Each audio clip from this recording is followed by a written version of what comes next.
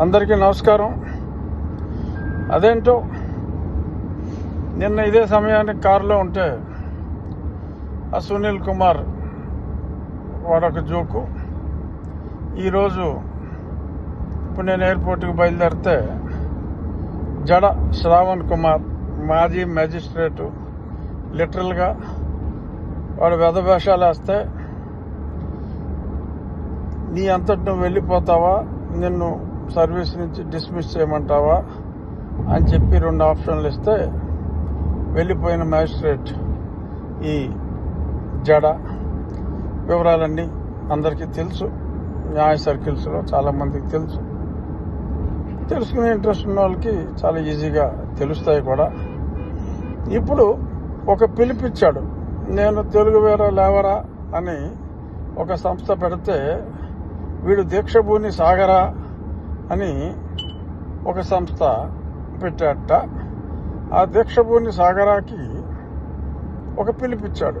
ఏమిటంటే, నా మీద రాష్ట్రంలో ఉన్న అన్ని పోలీస్ స్టేషన్లలో ఒక కంప్లైంట్ ఇవ్వాలట. కంప్లైంట్ ఏమి ఇవ్వాలో కూడా ఫార్మెట్ కూడా ఇతడిచ్చాడు.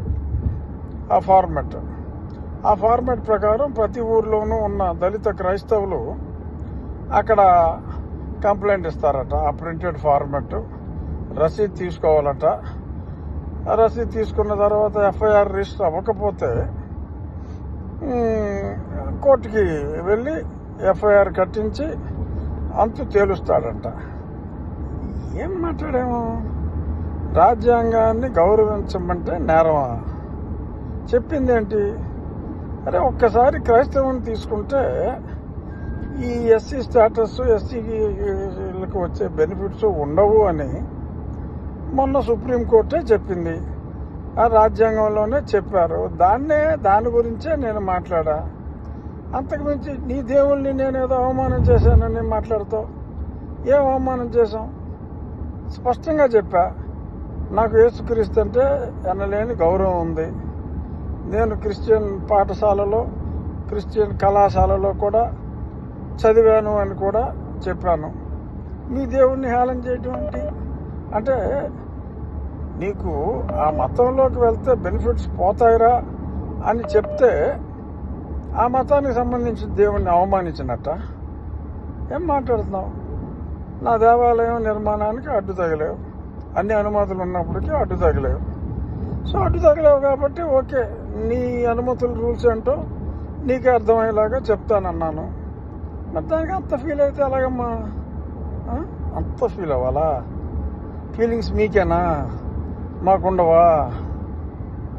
మేము మనుషులం కాదా? మాకు ఫీలింగ్స్ ఉండవా? సరే, ఏమైనా సరే పెట్టుకో, నీ కంప్లైంట్లు ఇచ్చుకో. రాజ్యాంగబద్ధంగా వ్యవహరిస్తున్నాడు వీటి మీద చర్యలు తీసుకోవాలి అని కంప్లైంట్స్ ఇచ్చుకో. చూద్దాం ఏం జరుగుతుందో చూద్దాం. దీక్షభూని సాగు జడ సాగు. All the best. Thank you.